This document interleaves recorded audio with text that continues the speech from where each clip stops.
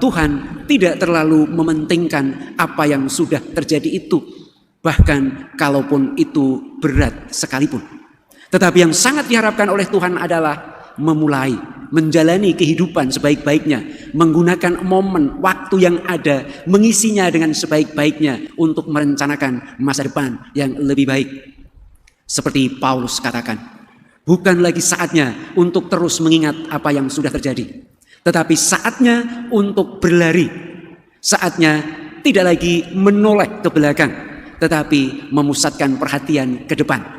Dan sekarang ini menggunakan kekuatan yang ada untuk berlari, menggunakan saat sebaik-baiknya. Semoga masa 40 hari yang kita sebut sebagai masa pertobatan meneguhkan kita, menguatkan kita untuk tidak terbelenggu oleh masa lalu, tetapi memusatkan perhatian pada sekarang ini demi masa depan yang lebih baik.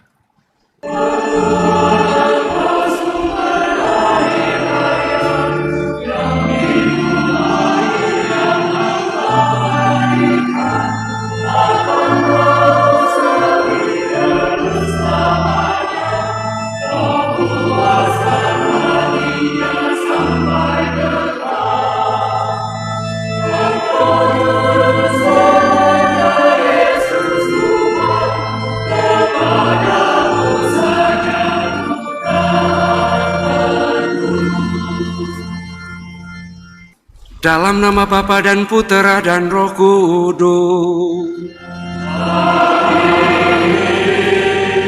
Semoga rahmat Tuhan kita Yesus Kristus, cinta kasih Allah dan persekutuan Roh Kudus bersamamu.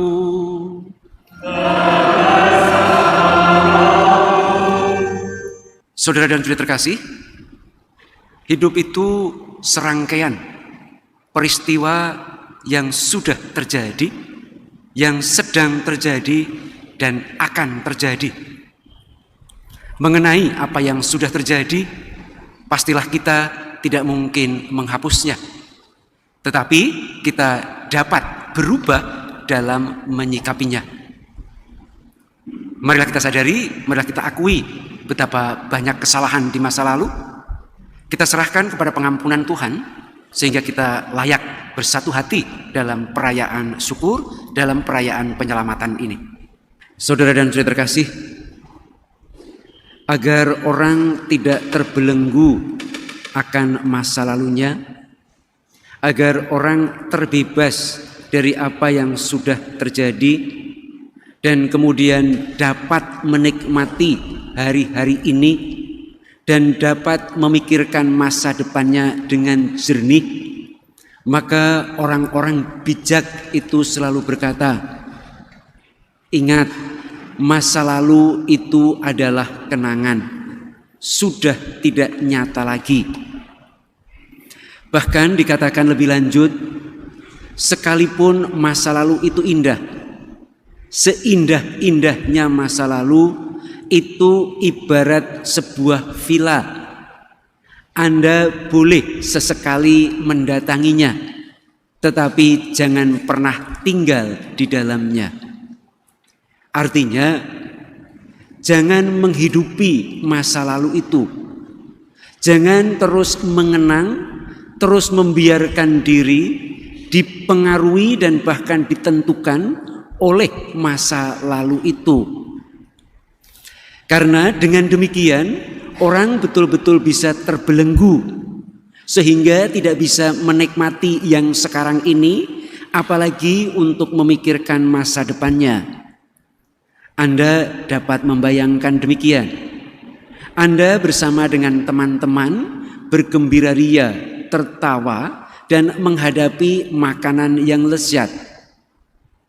Tiba-tiba ternyata Anda ingat seseorang yang menyakiti Anda, atau orang itu memang lewat di situ. Anda kemudian menjadi tertegun, Anda kemudian menjadi melamun, makanan yang enak itu tidak lagi terasa enak, pertemanan yang jelas sangat menggembirakan itu ternyata terlupakan. Inilah gambaran orang yang membiarkan diri terbelenggu oleh peristiwa masa silamnya, sehingga ia tidak dapat menikmati kegembiraan hari ini dan juga bahkan tidak dapat memikirkan apa yang nanti akan dilakukan. Tidak usah terlalu jauh, Anda hari ini misa merayakan Ekaristi dengan semangat, dengan penuh kegembiraan. Ternyata ingat akan peristiwa silam yang sangat barangkali menyedihkan. Kalau kita kemudian termenung, kemudian terlupakan apa yang sedang kita lakukan, berarti lagi-lagi kita masih terbelenggu, terikat oleh peristiwa masa silam itu. Saudara dan saudara kasih, karena terbelenggu oleh masa silam itu jelas tidak baik. Bahkan kalaupun itu peristiwa yang menyenangkan, maka Yesaya merasa perlu mengingatkan umat Allah di sana.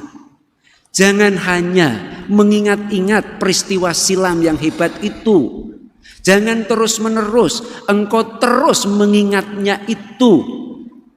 Karena jangan-jangan, kata Yesaya, kemudian kamu tidak tahu dan tidak sadar bahwa sekarang pun Tuhan itu sedang melakukan sesuatu yang baru, yang baik itu. Itulah kata Yesaya yang seperti tadi sudah saya katakan di awal. Karena terus-menerus mengingat, terus-menerus terbuai akan masa silam. Kalau yang baik, maka orang kemudian lupa bahwa sekarang Tuhan pun sedang berkarya, sedang melakukan sesuatu yang hebat, sesuatu yang baik itu. Jangan sampai kita kehilangan momen itu. Saudara dan terkasih, ini juga yang dicontohkan dan diteladankan oleh Paulus. Saya meyakini Anda semua tahu pasti apa yang terjadi dan bagaimana masa silam Paulus. Ia yang begitu kejam, ia yang begitu durhaka itu. Tetapi apakah dia terus menyesali apa yang sudah terjadi itu? Apakah ia terus menghakimi dirinya yang memang pernah melakukan yang jahat itu? Apakah ia terus-menerus menghukum dirinya yang memang pantas dan selayaknya dihukum itu karena dia berbuat jahat kepada orang-orang baik itu? Nyatanya dia tidak. Sekurang-kurangnya dia tidak mau membiarkan diri terus-menerus menyesali, kemudian mengadili, kemudian menghukum dirinya. Tetapi memang ia menyadarinya bahwa ia pernah melakukan yang jahat itu, dan dia katakan semuanya itu sebagai sesuatu yang kehilangan bagi saya. Memang semuanya itu akhirnya dibandingkan dengan pengenalan saya dengan Yesus, itu semua sampah, tidak berarti, tidak ada gunanya. Oleh karena itu memang tidak harus terus-menerus dikenang, apalagi dijadikan semacam penghargaan atau kebanggaan. Masa silam memang bagi Paulus mengajarkan banyak hal. Masa silam bagi Paulus jelas mengubah dia ke yang baik itu. Tetapi ia tidak mau terus mengingatnya. Ia melepaskannya. Dan ia bahkan menggambarkan dirinya yang sekarang dengan cara, saya ibarat orang berlari tidak mau menoleh lagi ke belakang. Untuk apa? Tetapi saya memusatkan perhatian ke depan. Dan dengan memusatkan perhatian ke depan, saya dapat menggunakan kekuatan saya yang saya miliki ini untuk berlari sebaik-baiknya. Itulah kata dan contoh teladan Paulus. Dan saudara terkasih, marilah kita melihat apa yang disampaikan dalam Injil. Ternyata bukan hanya sesuatu yang jahat saja yang tidak boleh diingat. Bahkan kalaupun itu dosa sangat berat, itu pun tidak seharusnya untuk tetap diingat, untuk tetap dijadikan sesuatu yang membiarkan membelenggu hidup kita. Kita tahu perempuan itu jelas berdosa. Dosanya bukan dosa yang kecil, dosanya adalah dosa yang berat juga. Tidak bermaksud untuk membenarkan apa yang salah. Pasti juga tidak bermaksud seolah berkata kesalahan dan dosa di masa lalu itu bukan apa-apa. Pasti bukan itu maksud Yesus. Tetapi kepada perempuan itu, Yesus berkata, "Aku juga tidak menghukum engkau." Tetapi Yesus olah ingin berkata, "Saya tahu yang kau lakukan adalah suatu kesalahan. Saya tahu yang terjadi adalah dosa berat." Tetapi seolah Yesus mau berkata, "Saya tidak terlalu peduli terhadap apa yang sudah terjadi. Saya tidak menganggap penting apa yang sudah terjadi." Seolah Yesus ingin berkata dengan kata-katanya, "Sekarang pergi dan jangan berbuat dosa lagi mulai sekarang." Dia mau berkata, yang penting bagi Tuhan, yang penting bagiku adalah sekarang. Sekarang pergilah, sekarang mulailah beraktivitas, bekerja, hidup seperti biasa.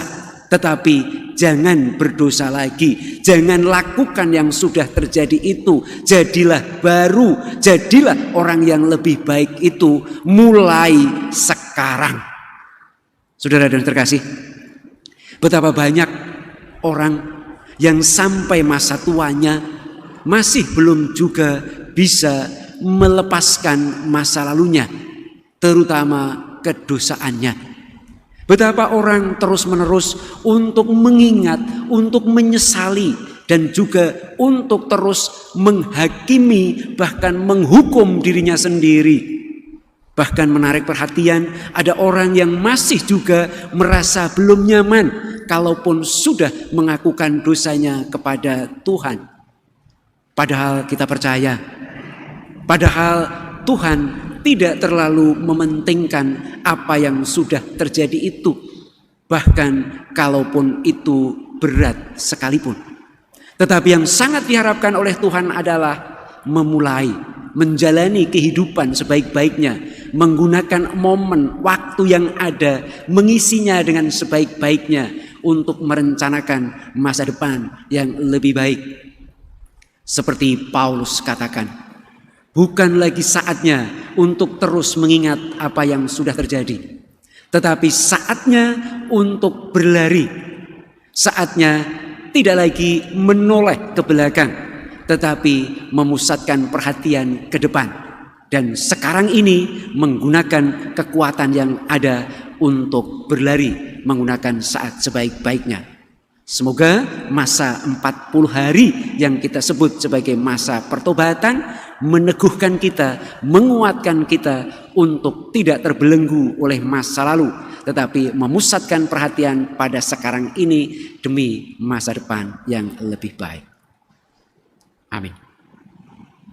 Agunglah misteri iman.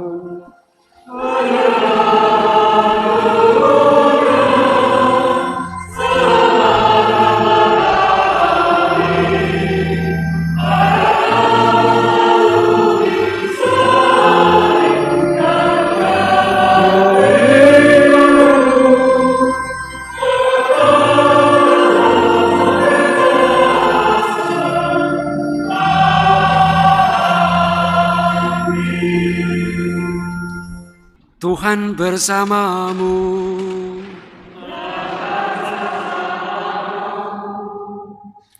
Semogalah Yang Maha Kuasa memberkati saudara-saudari, Bapa dan Putera dan Roh Kudus. Pergilah, perayaan Ekaristi sudah selesai.